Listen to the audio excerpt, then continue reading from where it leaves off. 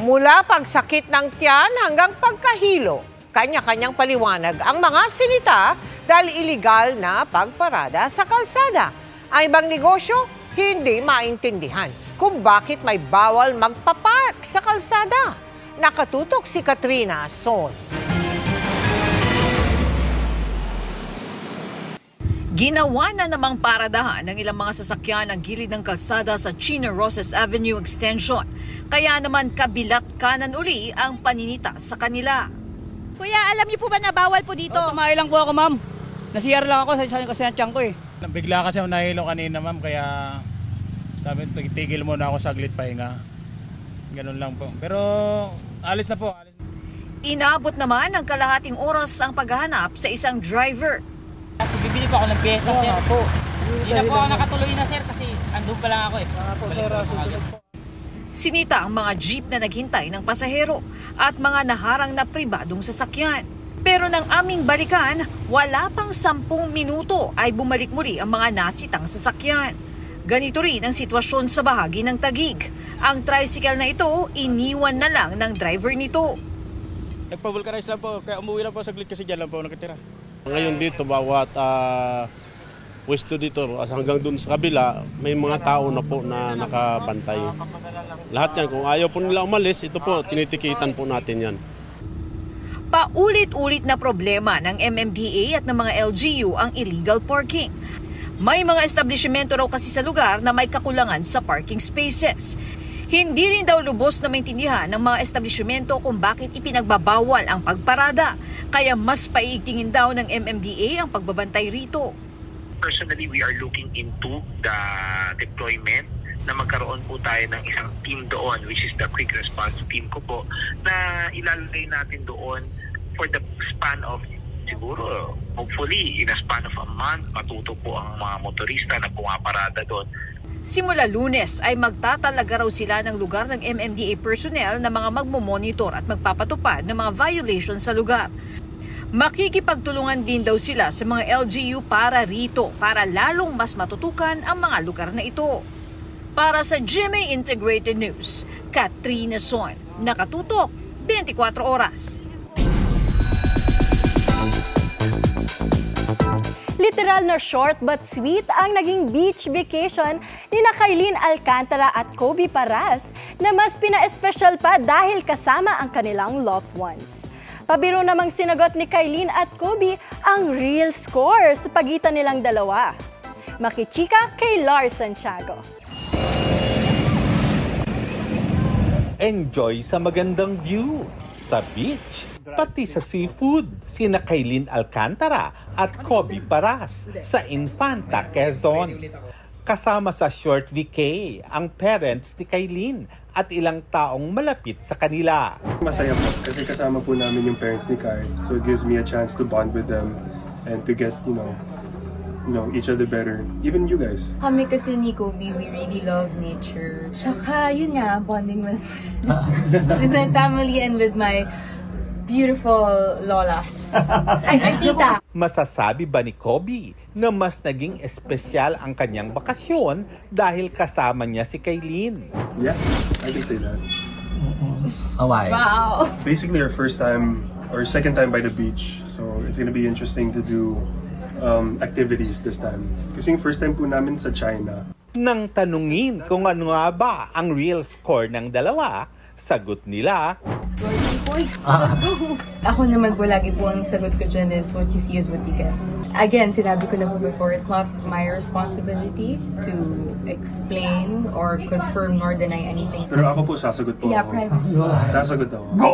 Meron akong famous quote online na yan eh. So we're just friends.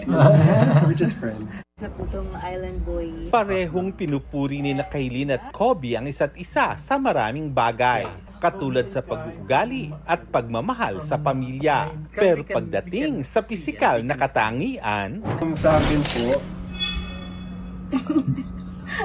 yung mata. Yun po yung first ko nakita when I met her. Physically, ako yung smile niya po.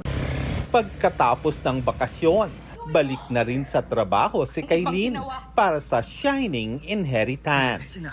After po nitong vacation, balik na po sa pagtitaping. Nakaka-excite na po. Lor Santiago, updated sa showbiz happenings.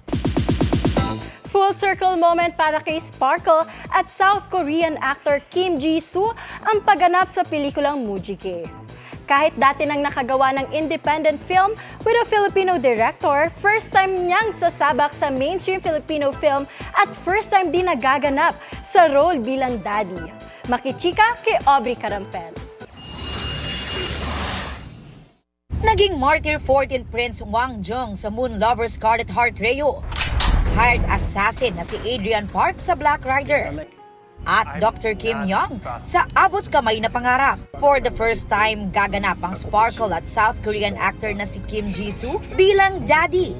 Para yan sa pelikulang Mujige, ang kanyang first mainstream Filipino film. Naantig daw siya sa kwento ng bidang karakter sa movie na si Mujige na isang Kopino o Korean-Filipino. Also, this movie was kind of kawawa, but at the same time, it's like very beautiful and very warm and heartwarming family drama movie. So, yeah, I wanted to be just part of it. Full circle moment nga raw ito para kay Jisoo na 10 years ago, gumawa rin siya ng independent film with a Filipino director. Actually, it's very thankful because every people always welcome to me and they are always being nice to me. My first foreign friend was Filipino and my first film director was Filipino. So I don't know why we have still connection here, till here. So I think, I think I had some kind of connection with Philippines. Patuloy rin daw ang pag-aaral niya ng Filipino language at finlex pa niya ang mga bagong natutunang salita. Ako po si mabait. Ako po si masungit. Ay, masungit. Ako po si masungit. But mabait. Deep inside, some way, mabait. Gwapo ba ako? Gwapo ka. Gwapo ka. Ang ganda mo. Joke lang.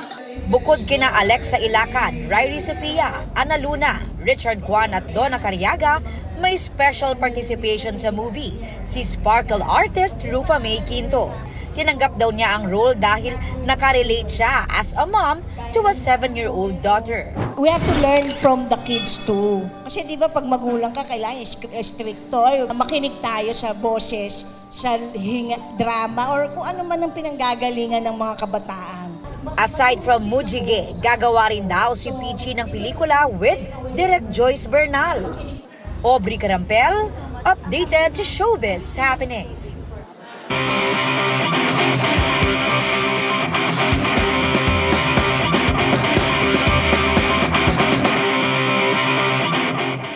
Mala superhero ang peg ng tampok nating Innovation Tonight. Hatid dito ay tila superpowers para sa mga kapuso nating may limb differences. Kung ano yan, tara, let's change the game! Nagsimula sa thesis project na gawa sa 3D printed prototype at do-it-yourself electronics. That led to this. Bionic prosthetic arm na malaki ang matutulong sa mga kababayan nating may limb differences. Mala superhero armor up baka mo? Sagot yan ng electromyography technology na programmed sa prototype. Developed by these brilliant computer engineering students mula sa STI College Ortigas, Cainta. Naramdaman namin na sobrang hirap gumalaw ng pandemic. Kung mahirap gumalaw para sa atin, how much more yung mga fellow men natin na merong mga limb difference. Sa tulong ng amputee case study, masusing na pag-aralan kung paano magagamit ang EMG sensors at machine learning para makontrol ang bionic prosthetic arm. Tinarget lang po namin is below elbow, so para may muscle pa po na makuha from amputee. One major problem din po sa mga prosthetic devices is yung lack of feedback sa mga user. Bali, di po nila nararamdaman yung mga, kung may nahawakan na silang object, so nag-implement po kami nun sa every finger na may force sensor, then magpa-vibrate siya kung gaano kalakas yung hinahawakan niyang object. Sa halagang 50,000 hanggang 70,000 pesos, mas abot kaya na ang bionic prosthetic arm kung ikukumpara sa karaniwang cosmetic at body-powered prosthetics na nasa 500,000 hanggang 1,000,000 piso kada isa. No wonder kinilalang best thesis ang proyekto na plano na ring ipapatent ng grupo. Nagsisimula ang ating imbensyon dito sa EMG sensor dahil gumagamit siya ng electromyography technology. So itong EMG sensor, siya yung nagpipick up ng muscle activity o muscle signal mula sa taong may suot nito. At ang maganda dito, non-invasive siya. At ipapadala niya yan dito sa microcontroller na nasa loob nitong bionic prosthetic arm at siya naman yung magde-determine at siya yung magta-transmit, magko-command kung anong klaseng movement yung gagawin nito.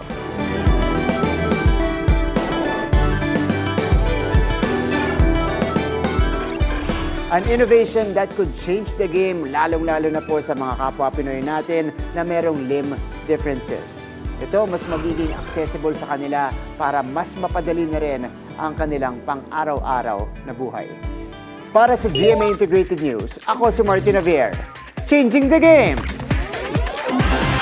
Kahit nakapiit dahil sa iba't ibang kaso, maghahain ng kandidatura si Alice Guo para muling maging alkalde ng Bamban, Tarlac. Nakatutok si Darlene Kai. Dinismiss ng ombudsman kaya natanggal bilang mayor ng Bamban, Tarlac si Alice Guo na naging kontrobersyal dahil sa kanyang sinasabing kaugnayan sa illegal na pogo. Pero tila naghahanda siya para sa kanyang comeback. Sabi ng kanyang abogado, tuloy na tuloy ang pagtakbo ni Guo sa eleksyon. Kung talagang gusto siya ng tao doon, sila dapat ang humusga. Ang taong bayan dapat ang humatol kung siya ba ikarapat dapat na manungkulan sa kanilang lugar. Nang madismiss sa pwesto, kasama sa desisyon ng pagpapataw ng perpetual disqualification kay Guo sa paghawak ng anumang posisyon sa gobyerno. May nakahain ding petisyon para kanselahin ng Filipino birth certificate ni Guo dahil isa umano siyang Chinese. At naharap din siya sa mga reklamong qualified trafficking, money laundering at tax evasion. Wala namang decisions ng courts as of now na hindi siya Pilipino. COMELEC ang magde-decide niya kung qualified ba siya o hindi. Kasi yung ombudsman ruling, hindi pa ng final yon. In fact, may pending pa kaming reconsideration doon. And meron pa naman Court of Appeals, meron pa naman Supreme Court. So, mahabang proseso pa yon.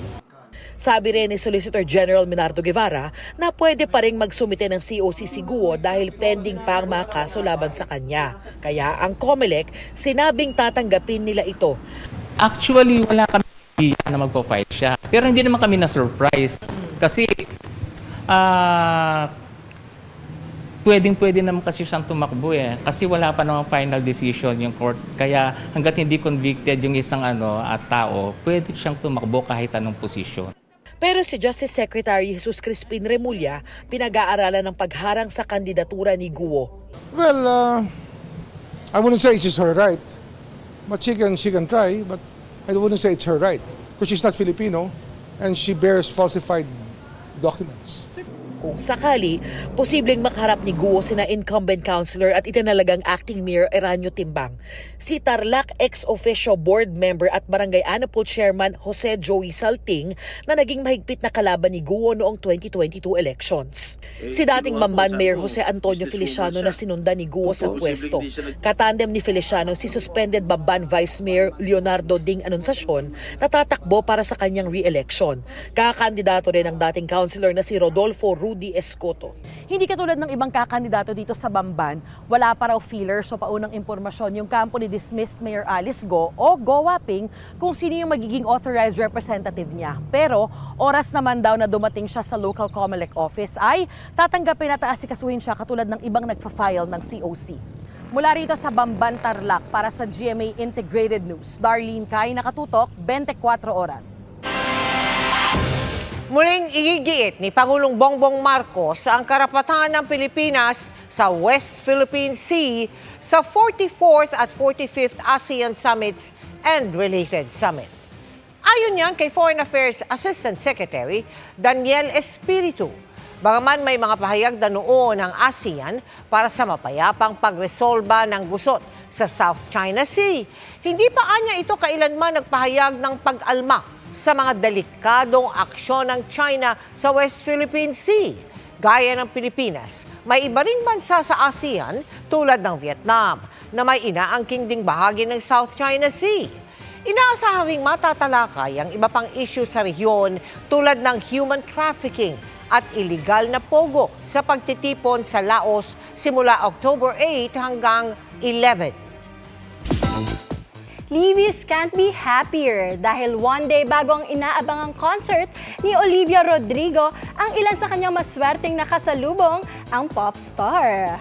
Ito ang kauna-unahang pagbisita sa bansa ng Grammy Award-winning singer. Kaya naman, in honor of her Pinoy roots, tila balikbayang nag-tour si Olivia sa ilang lugar sa Manila. Sa post ni Cady Lautenco, di lang basta stranger ang kanyang naispatan habang naglalakad sa Intramuros. Abay, naka-selfie niya pa si Olivia. Swerte ring na-meet ng tour guide na si Steven Mariano, si Olivia, na nag-bike around Intramuros with her family and friends. Biro ni Steven, naubusan man siya ng ticket, nakasalubong at naka-interact naman niya si Olivia. Salamat, Rabia. Tinambangan ang bukal ng Bulacan na pangulo rin ng Liga ng mga Barangay roon sa Malolos kagabi. Dead on the spot si Ramil Capistrano ng pagbabarili ng hindi pa tukoy na mga salarin.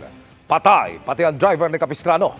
Bumuuna ng Special Investigation Task Group ang Central Luzon Police para mahanap ang mga gunman at matukoy ang motibo ng krimen. Sabi ng COMELEC, bagamat maaaring wala raw itong kinalaman sa gumugulong na COC filing, hindi raw maiiwasan na maiugnay ito sa krimen dahil politiko ang biktima. Iisa lang daw ang may-ari ng St. Timothy Construction Corporation ang umatras na partner sa joint venture para sa pagsusupply ng automated election systems ngayong eleksyon 2025 at ng isa pang construction company sa Pasig. Ayon kay Pasig City Mayor Vico Soto, ang may-ari ng St. Gerard Construction ay may balak umanong tumakbong alkalde ng Pasig. Pero itinatanggi yan ng St. Gerard Construction. Nakatutok si Chino Gaston.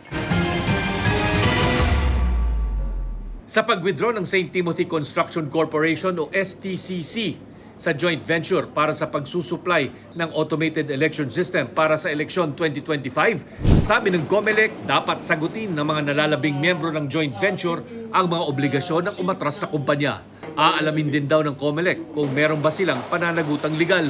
Matatandang umatras ang STCC mula sa joint venture sa Miro Systems at dalawang pang local partners matapos sitahin ng COMELEC. Ito'y matapos makatanggap ang COMELEC ng impormasyon na may balak umanong tumakbo ng mga may-ari ng STCC sa local at national posisyon. May mga interview kasi, lalo yung isang babae na tatakbo, na kung saan kino-confirm na maaaring tumakbo sa Pasig City. And therefore, para sa amin, red flag kaagad yun. Naging concern na kaagad namin yun.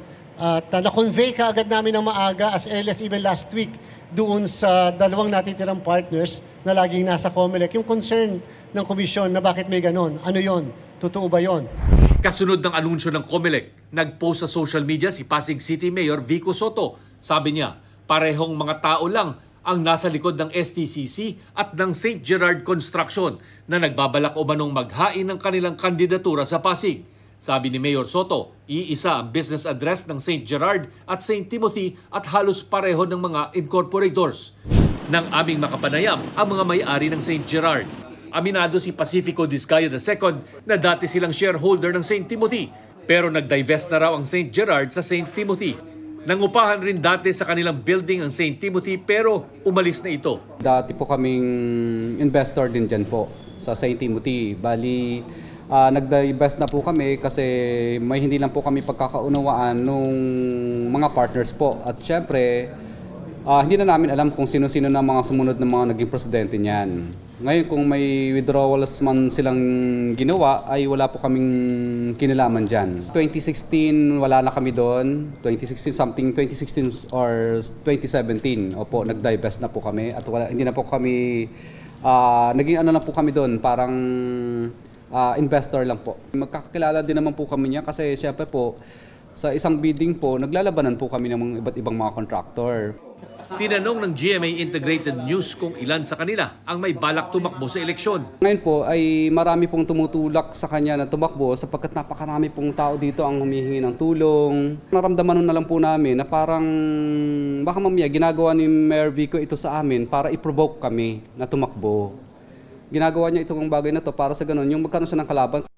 Pero minsan nang inanunsyo ng kanyang misis na si Sara Diskaya na tatakbo siya bilang mayor ng Pasig City. Naniniwala si Diskaya na sadyang ginigipit sila ni Soto sa paniniwalang sumuporta ang St. Gerard sa kalaban nito sa pagka-alkalde noong 2019 local elections. Sinubukan naming interviewin si Mayor Soto pero tumanggi ito dahil puno daw ang kanyang schedule.